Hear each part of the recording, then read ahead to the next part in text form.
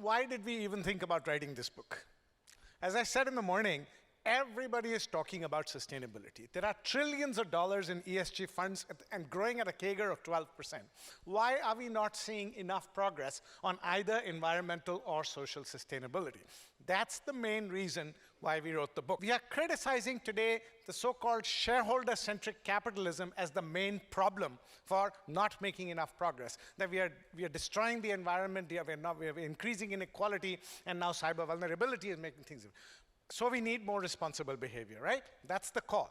But what are the tools we are using? What is the system we are using to drive responsible behavior? The same tools and the same system of the very shareholder-centric capitalism that brought us here. So what is the chance that Einstein is still right when he said, if you do the same thing again and again and again and hope for a different result, that is the definition of insanity. He also said, the other quote, which I think speaks to your point, which is you can't fix something using the same thinking that you used to create it in the first place. Exactly. So that's what's behind this. Okay, but I have to ask you why you think that where we are now is insufficient. Some of the things we've heard today, some of the companies you had on the panel earlier on, which are part of the Stewardship Asia and demonstrate some of the principles you're talking about, these are all working towards solving these issues. The processes that we have in place are a work in progress. The principles, the regulations, the new framing that we're coming through every day, why do you think they are not going to take us to where we want to go? Oh, the stories that we've heard since morning from these great companies, they are going way beyond regulation. They are going way beyond incentives. What they are motivated by is something totally different. And that's what the essence of this is all about. Oh, show us. What I was referring to is a system based on just 2 or 3 things. Let me actually show you something. Let's see if we can get up. Yeah. So, 200 years ago, Adam Smith says the only incentive business needs is pure profit, and let them be alone with pure profit, and competition. Market competition will take care that the best possible product at the best possible quality will get to the customer. So no need to intervene, only incentive, and that is profit. 200 years later, Milton Friedman comes along and says, world population, markets have become much bigger. I still believe in this, right? The sole reason for business to exist is to maximize profit, yeah? But then he goes on to say, as long as they play within the rules of the game, that is to say without deception or fraud, so in comes some regulation. So first it was only incentive, then it's incentive and some regulation, and that's going to still take care of free market capitalism, right? And then after you incentivize, you regulate, you measure, and then you reward or punish based on that. That's the system of free market shareholder-centric capitalism, right? Yeah. That's what we followed all these years. Okay. What are we trying to do now? Isn't it working? Yeah, exactly. So what?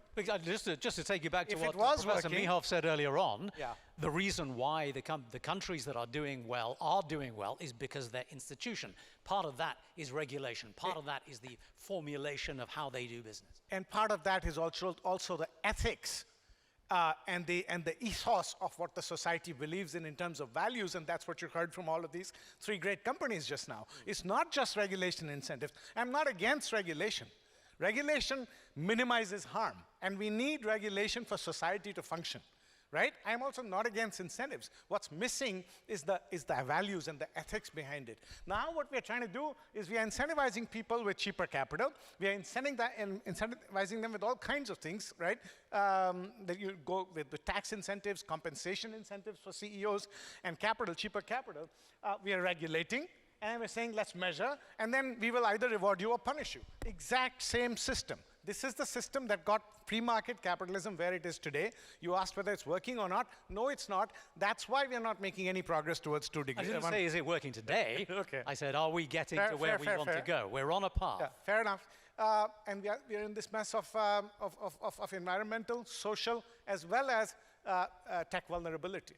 So is the same system going to work to drive responsible behavior? Just to talk about measure for a moment. I mean, we've already talked about what gets measured gets done. What you're proposing, to a certain extent, steward leadership, values-based thinking. How do you measure that? And if you can't measure that, how effective can it be? Well, first of all, you heard in the morning in the keynote address from Dylan that, some things are more measurable than others, and over-obsessing with measurement is not necessarily a good thing. Because we've actually known this a lot. Let me ask you a question. What do you think was the main reason behind the 2008 financial crisis? What drove that kind of predatory lending behavior all throughout Wall Street? Well, if you're asking me personally, I would say pure greed. Exactly. And what was that greed based off on? Fouled up incentive and measurement systems. We've known this for over 50 years, right? There was a seminal article that was published 45 years ago called On the Folly of Rewarding A While Hoping for B, which is required reading in every management school in the world, which says that in government, in military, in medicine, in sports, in business, in every walk of life, right? We say what gets done, measured gets done, but fouled up measurement and incentive systems have actually created bad behavior throughout history. And one of the interesting points in Rajiv's new book, and something he's brought up before, is the case of Enron, isn't it? Absolutely. Enron had, in its entire presentation, in its mission, vision, value statement, was absolutely everything that you want to hear. The values that you profess are necessary, and yet they still managed somehow to be perhaps the least value-driven company around. If you look at the values, if I had it, I would put it up. If you look at the values of Enron, and you put next to that the values of Boeing, and you put next to that the values of Volkswagen, they're almost identical. All about integrity, all about customer service, all about safety and things like that, and yet three companies that were caught out very badly for having completely transgressed the kind of regulatory environment that you're criticizing. All right, so this is your basic framework for what the status quo is right now when it comes to an ESG measurement system. And what this is driving, and we are finding there are 5 kind of players, because this is the same system that is being used. And let me show you a little bit of this now. So you have the green or the purpose washers that we talked about in the previous session. They are proactively disinforming. So this next slide is showing us the environmental social actual spectrum based upon the incentive system that you have just outlined. Exactly right. This is where it's taken us. So the system is driving 5 kinds of players. And the worst of the lot are the green and purpose washers, right? Proactively going around regulation willingly, which is what Enron was doing. Last year at this summit, I talked about the story of Enron, and I talked about Andy Fastow, their former CFO, and he said, I showed the world how to create the biggest fraud in corporate American history without breaking a single law. He won CFO of the year, didn't he? Exactly. Volkswagen. So, yeah, Volkswagen, everyone knows that story, right? They had an emission system that was supposedly based upon the kind of values you're talking about, but they actually actively thwarted and subverted their own system by fixing their engines. Exactly right. Exactly right. Jetta even won the Green Car of the Year award in, I think it was 2005, if I'm not mistaken. Okay, what's next? Next. Purpose washers at one end. These are what climate change? What socioeconomic inequality? Even if such things exist, it's not my problem. My job is just to make money. And there's these people. And isn't that the majority of the corporate world now?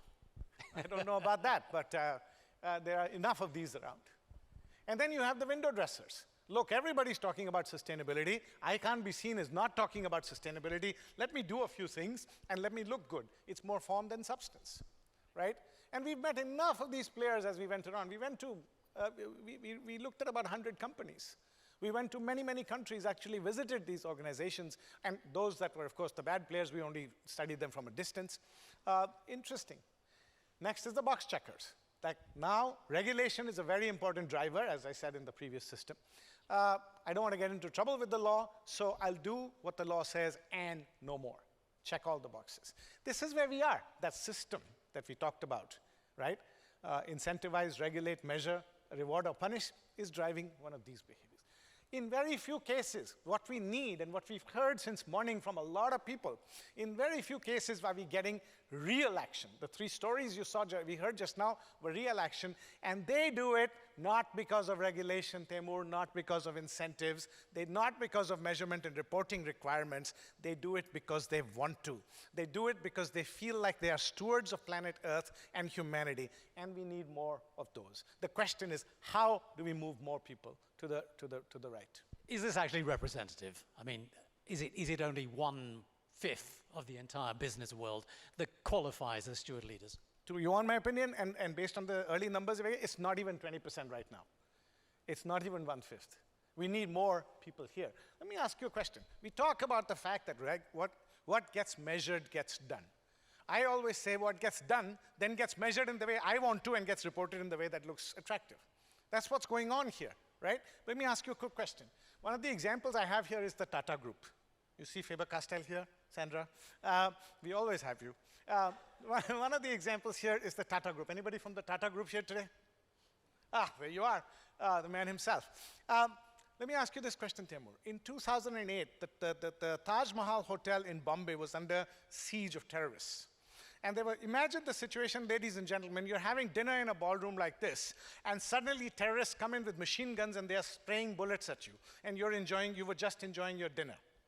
Not a single Taj Hotel employee left the room or left the hotel that day. They made human rings around their guests, putting their own lives in danger to save their guests. Tell me which regulation, external government regulation or internal policies would motivate that kind of behavior.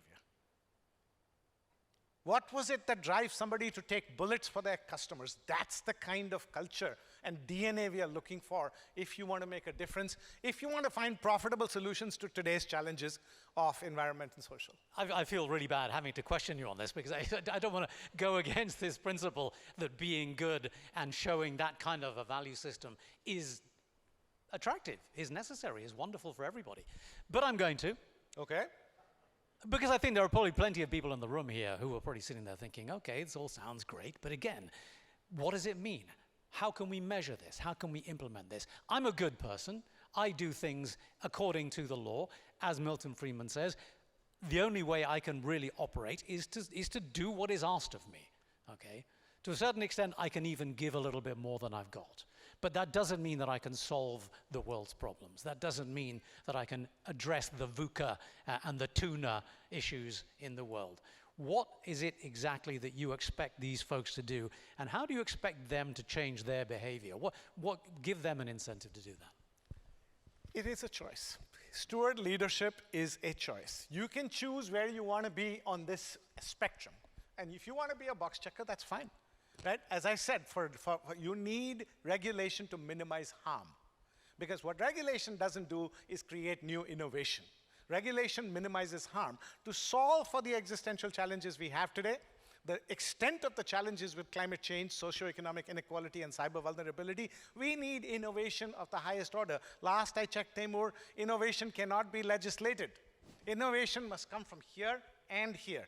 You need to have not just a good heart, but also a great head in terms of creative resilience to be able to innovate, to find profitable solutions to today's existential challenges. That will not happen with regulation or incentives alone.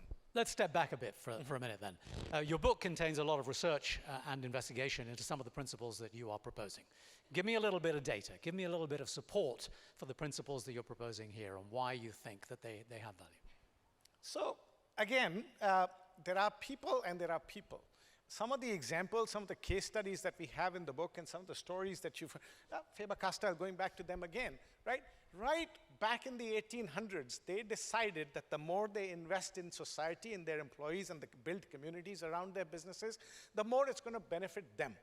And they started providing employee benefits like healthcare and insurance and housing a full 40 to 50 years before such things became the law in Germany. Am I right, Sandra?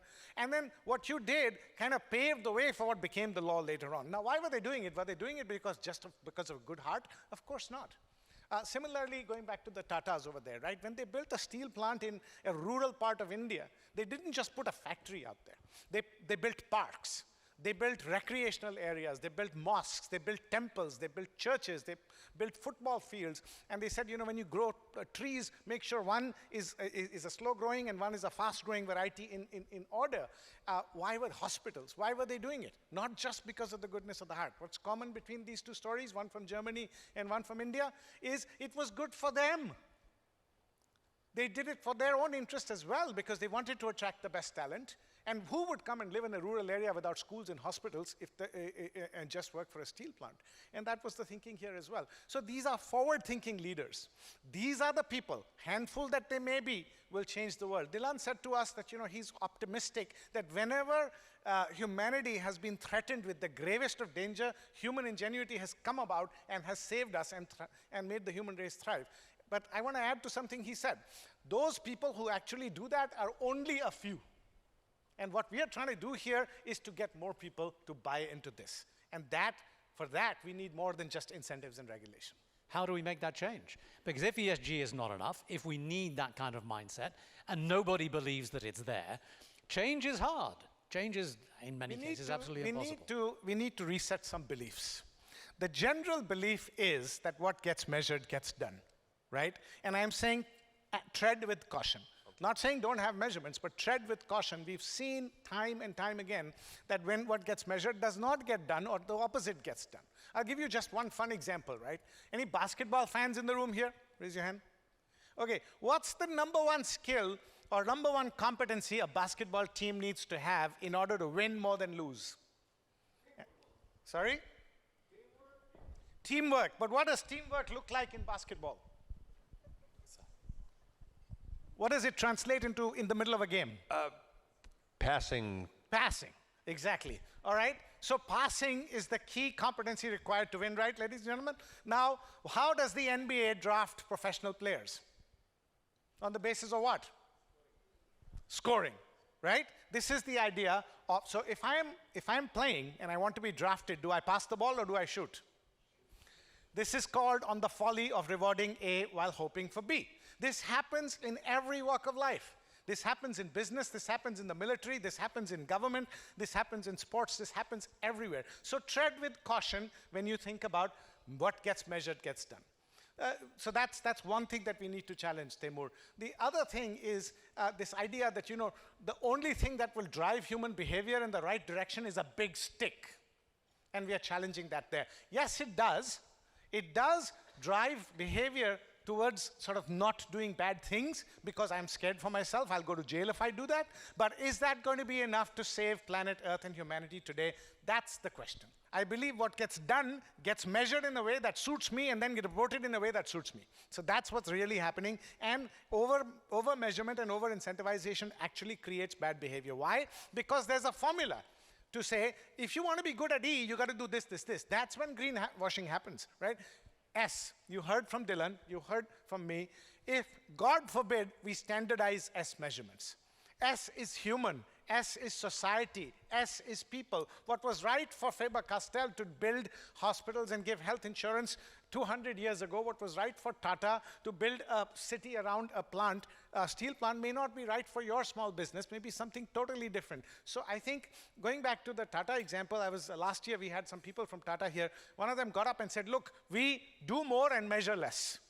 So I think what we each need to do is say, what does steward leadership mean to me? In my business and in my life, what impact do I want to make? And then just go ahead and do it. The idea should not be to begin with measurement. The idea should be to begin with doing good as an intent, a genuine desire.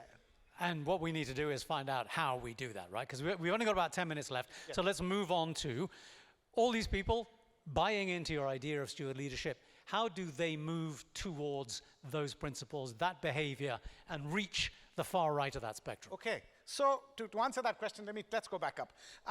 So the first part was why they do it. I think we've settled that, right? It's a choice. Steward leadership is a choice. Then we asked the question in our research, how do they do it? And at the end, at the expense of oversimplification, I want to show you the core model of the book.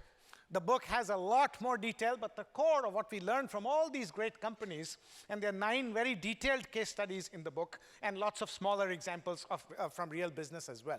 So what steward leadership boils down to is that steward leadership is the genuine desire and persistence to create a collective better future. for stakeholders, for society, for future generations, and the environment. That's kind of how we define it, okay? So we start with the intentionality that yes, we will make money for our shareholder, but we will do it by addressing today's existential challenges. So that's the definition. How does it look like in practice? In learning from all these great leaders, past and present, we learned that there are 3 steps. Simple. The first step is to integrate 4 what we call stewardship values within organizational culture and DNA. And those are, the first one is the belief in interdependence. The more I give, the more I get.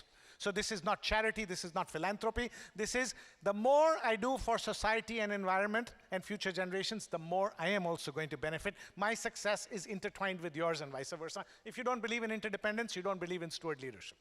The second is long-term view, which is self-explanatory, right? This is a marathon, not a sprint. The third is ownership mentality. This is the choice element. I take ownership for these problems, and I want to leave a positive legacy, right? But the fourth is the most important, creative resilience. As I mentioned earlier, you need innovation, innovation, innovation to solve for today's challenges. With innovation, you fail 8 out of 10 times. So you need the creativity for the innovation, but you need resilience to not give up even after 8 out of 10 failures. So that's the first step. Embed this into the culture and DNA. These can't just be posters on the wall, right? Enron, they were posters on the wall, to your point.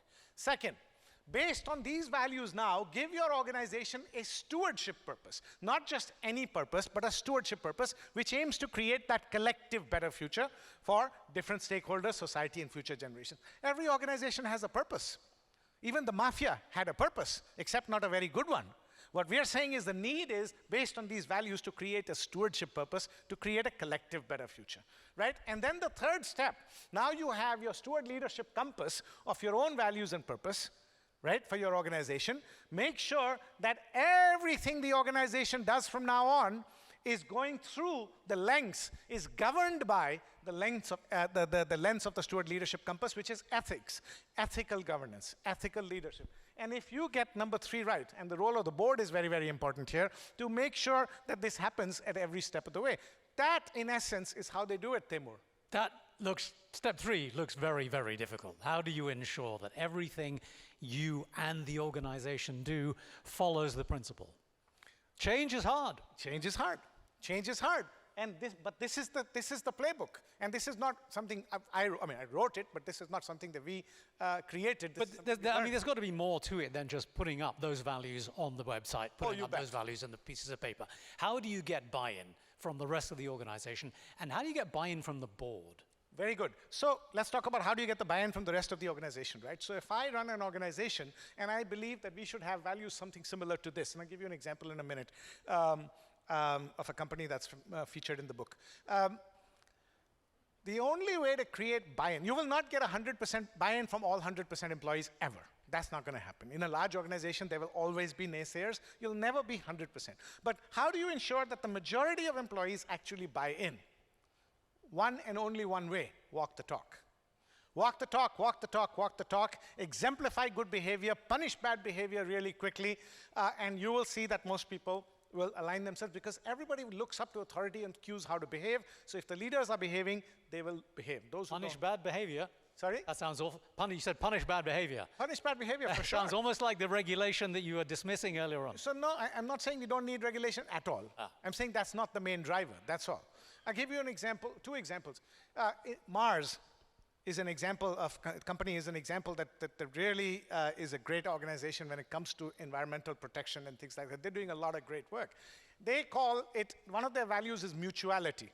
They don't call it interdependence, but it's exactly the same idea. Now, in every conference room at Mars offices in the world, they have their own Mars compass, and they have a requirement that at the end of every meeting, spend the last 5 minutes saying, did we make decisions that were in congruence with our compass or not? If not, let's revisit. Simple things to make things stick. All right, how about the board? I mean, we were talking earlier on about the fact that there is, in most people's minds, a major trade-off between bringing that kind of values-based system, bringing an ESG model into the corporation, diverts away from the shareholder primacy principle, okay? So how do you persuade, given how hard ESG has been to integrate into the system, how hard is it going to be? Without the board support, it's not possible.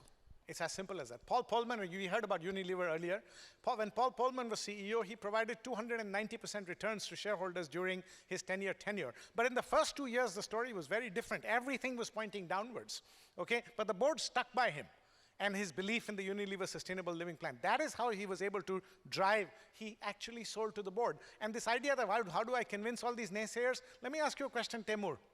Name a company that's one of the biggest companies in the world today that did not pay a cent in dividend for 20 years, and yet investors never deserted them.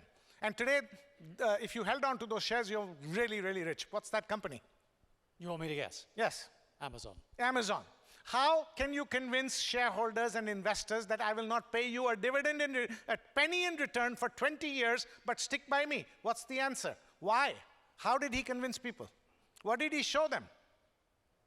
No idea. A story about if you stick with me, in the long run, you're going to be richer than ever before. I don't think anyone No, here that would is think not that a Jeff Bezos is a steward leader. Oh, no, no, no. That's not what I'm talking about at all. That's not what I'm talking about at all. I'm saying the same intelligence needs to be applied to show people a vision that we can win in the long term with steward leadership. That's how you convince. It's not just having a good heart. It's about having the creative resilience to find the right strategic answers for growth that people believe your story of profitable solutions to long-term problems. All right, fantastic. So Look, we've heard the critique of ESG, we've heard the critique of the model of carrying the big stick, and we've heard the promotion of the idea that it comes from within. And I want to just say one more thing. You asked me this question on TV, and you were he was coming on me really hard on CNBC. Today he was kinder. And he said, oh, all this This stuff. is your gig, I'd say. Yeah, thank you.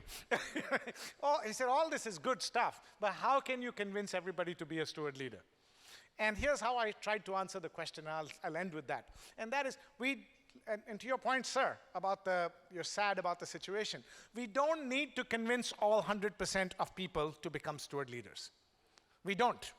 If Wilfredo Pareto was right in 1906, and if the Pareto principle that goes by his name is right even now, and excuse me, I have not seen any mathematician debunk the 80-20 rule so far. If we can convince 20% of the people to adopt steward leadership, 20% of the people, will make incremental change, and that, to Dylan's point, is enough to save planet Earth and humanity. So, ladies and gentlemen, let's please try as hard as we can to convince 2 out of every 10 business leaders to adopt steward leadership, and there will be hope for humanity.